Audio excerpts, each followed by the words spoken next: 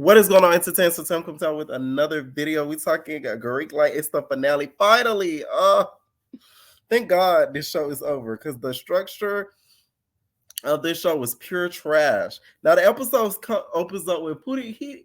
That man had a nervous breakdown, and y'all acted like nothing was going on. I'm talking about this man running like the damn father on Maury when he found out that he not the father no more. Okay, literally ran out the street. Security don't know what to do with him. He's like, yeah! He's screaming and gnawing like somebody took over his body. A not as TV demon took over his body. So they get back to the dungeon. I'm gonna call it the dungeon because it's not even a house. They get back to the school dungeon and freaking Solo and Pootie is looking for Landon. Let me tell y'all something. Y'all gonna make the not as TV security guards more homophobic than they already are. Because Solo, you out here walking in your dungarees, okay, with them Big W cakes, caking. Me and Solo twins, because we got Big W cakes. Just Big W cakes quaking and shaking and walking in y'all dungarees by them security guards. Them security guards looked disgusted. Okay. What Erica said, I am disgusted. That's how the security guard was looking because all they kept seeing was ass cheeks and dick prints. Okay, so they didn't know what to do with themselves. But I found it to be very funny. A lot of people couldn't even pay attention to Landon and Solo fight because all they could pay attention to was Solo's ass. I'm not gonna lie, I forgot half the cast members was there. I looked at the corner of the camera and I see Omar. I'm like, oh, you're right, he on the show. So it's like a lot of the cast members I ended up forgetting they was there to begin with. Now, next thing you know, we get Landon versus Solo. Say what you want about Landon. That nigga tore. It's somebody that Florida anger. He fucked Solo up. I don't care what nobody says. I don't think it was a tie or none of that. I think Landon won that fair and square, and that's just that on that. And I don't think Solo is expecting that. Y'all gotta look at how people react to after a fight. Solo was like quiet as a church mouse. He was low-key kind of shocked because he's like, damn, like, did he really just fight like that? I think Landon shocked the hell out of him and he didn't know what to do. Sorry. Do I think, Solo got beat up to the point where he got plummeted bad? No, but Landon won that. And it's okay to admit that. Landon had all that damn chicken grease on his face too, so he was extra prepared. Next thing we get Pootie versus Landon. Landon won that again. Now, apparently, those two, you already know they've been sleeping around, messing around with each other. They play this little montage of them fighting, and they play this R&B song over it as they're squabbling because they asked Pootie who gave him that hickey in that confessional.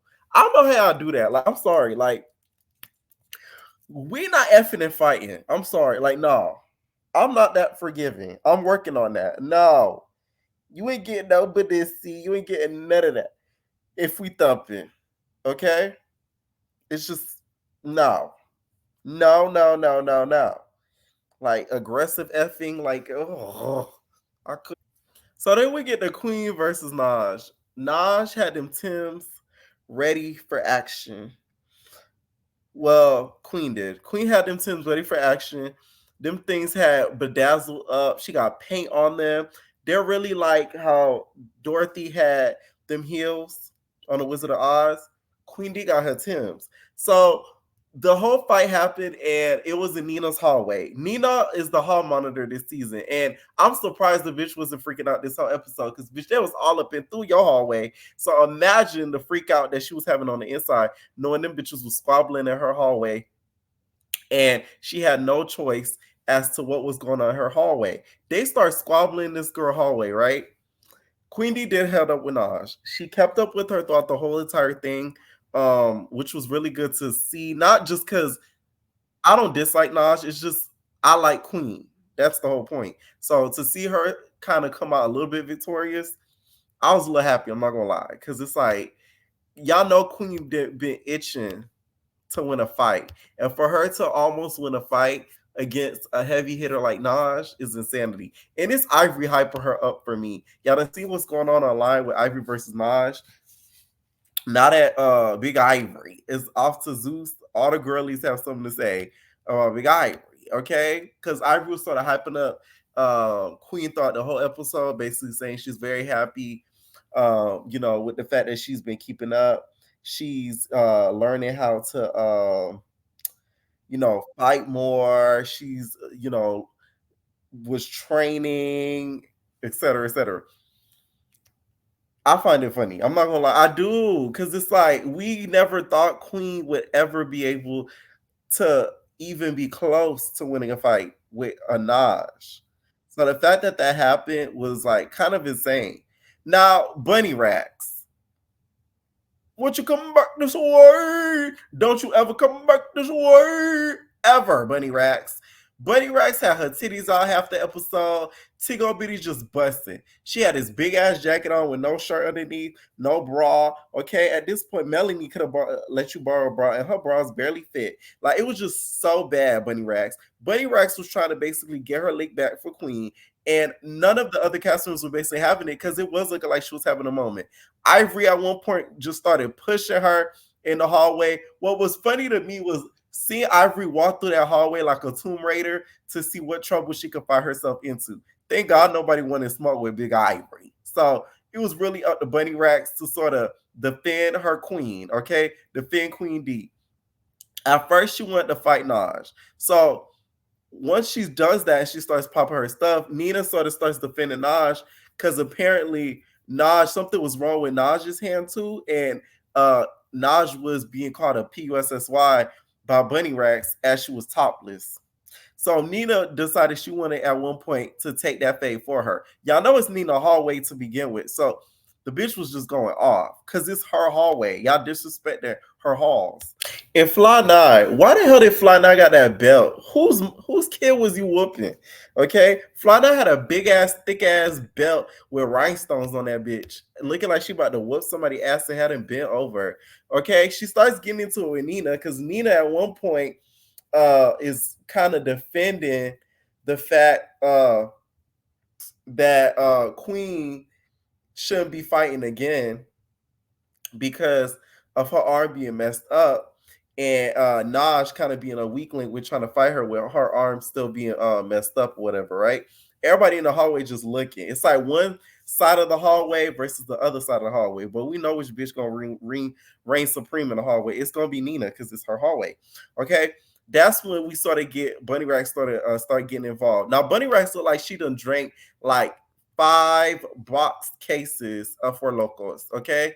Because Bunny Rax looked like a Four Loco type of girl. Four Loco, yeah, I like to drink Four Loco. Like, she give me Four Loco. So I think she had a little bit of Four Loco, and she was zooted. You could see in her face she was drunk than a mother effer. The girl came out by like 2-3 times trying to basically fight, changed her mind by like 2-3 times trying to fight Naj. It was pathetic. I'm like, Bunny Rax, oh, what is you doing here? Like, I didn't even feel bad for her, but it was embarrassing. I felt embarrassed for her because I feel like a lot of the people that was there was sort of playing around with her, making her take off her jacket, put the jacket back on, take off her jacket, put the jacket back on. Ivory pushing her like she a damn trolley. Like, it was bad. It was really bad. Okay? It was bad. Next thing you know, it's the next day, and apparently Monty heard Queen D talking ish, so she ends up throwing a water bottle at her, and I guess it almost hit Nina. So Nina was feeling a way about it because she feels as if the girls were sort of picking with Queen, and the water bottle almost hit her. So she's claiming her authority in the hallway, of course, and she's getting it back and forth with Monty, and Monty feels like she's not a true friend because I got to get through you to fight Queen D, which I get, but it's like, if you know her arm is messed up and you know you can whoop her ass, why are you trying to fight her? It's given because you saw how she got even with Naj and kind of kept up with Naj. So y'all want to humble Queen D before she leave. Like, y'all don't want her to leave with that W. Like, y'all want her to leave with a big ass L so I could say, oh, you might have almost won that round, but we whooped your ass before you left. That's what it was given. Next thing you know, Hannah jumps on Kai like a grasshopper. Miserably failed though, because the grass to hop back.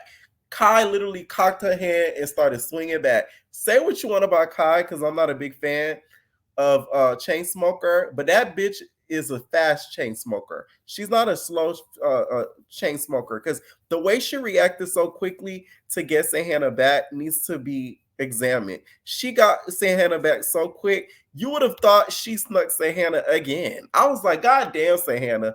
But Sahana did keep it real and let us know, like, hey, she did kind of, do me in real quick after security started helping me back and knocked me on my ish. Now, most of the episode was basically Nina talking to Monty, and Nina basically letting Monty know, like, if you keep trying to find Queen D, you're going to look like a bully because, you could whoop her ass. And why are you trying to keep fighting somebody that's injured? You're going to look stupid. The fans are going to look at you crazy. I do agree with that because I do feel like she would have looked stupid. Not more stupid than Bunny Rex. Now, Bunny Rex looked the dumbest of them all. But you would have been a close second doing that, to be honest. No, damn well, Queen D's like an easy feat for you. The end of the episode was just a whole lot of randomness. It was a lot of Bunny Rex trying and getting tested by the girls. It was given like beyond scare, beyond not STV. Okay, that's the not STV version of Beyond Scared Straight. They were banging on the windows. You see Bunny Racks looking out the windows with the brick wall, screaming at the window. Like, I'm like, is this a penitentiary at this point? Like, get in here. You can handle not STV. You can handle not STV. Yeah, you gonna stumble up. It was giving a little bit of that. Okay, like they sent Bunny Rex to Beyond Scared Straight on not STV. I don't know why Bunny Rex did that show, to be honest, because it's like it was just so out of place. It didn't make any sense at all. So the ending of the season to me was basically, I call it looking efficient for camera and story time and storylines. Basically, it was Raj having an issue, which we saw a lot on Instagram with Holly, Naira, and her feeling as if they were talking about her. Chinks invited them to a room, one of the rooms to have a party, one of his rooms to have a party, whatever, I guess, for the end of the season. And the girls didn't want her in there. She felt like they were like mouthing like, oh, they need to get out. They didn't bring no liquor or something like that. They end up getting into it. Raj ends up fighting Naira. I'm like, finally, Naira fought somebody her size to, get into it with, even though it's random, it don't really make a lot of sense. They end up fighting or whatever. And the way that Raj was looking without her wig was crazy. Like, them camera angles be doing the most on that TV. Like, they be having them look crazy. Raj was looking like a damn crack baby when she had that wig off, just waiting and looking for Naira. Okay, I do think though Naira did mount some stuff. I feel like Naira's very slick. I think she's very slick, and I think she hides it really well under the whitewash voice. Okay, apparently she called her PC'd up, which I don't know if I believe that because Naira probably even know what that means. She probably think it means proper care. Like, you know what I'm saying? I don't think she knows what that means. I'm just saying. Okay, and they end up squabbling whatever, and the season kind of ends off with like the captains talking about why they feel like their team should win. I do feel like Ivory's team should win just because she really did try to stay out the drama for the most part, even though she was instigating it here and there. But a lot of the fighting she sort of sat back from doing, which in a competition show, that's kind of the people that wins. They sort of facilitate drama and they let people do their dirty work while their hands are clean. And those are the people that are victorious at the end. She's not going to win the money though because they're very mad at her going on Zeus. That's just what I get. Okay, so I feel like Chink's team is going to take that W. Let me know whose team should win, what y'all thought about the finale next season, whatever season they do of this. Please do better because the structure of this was so random. It was so all over the place. The challenges were horrible. Like, no, we got to come harder. Let me know what y'all think, and we have babies. No personal thing.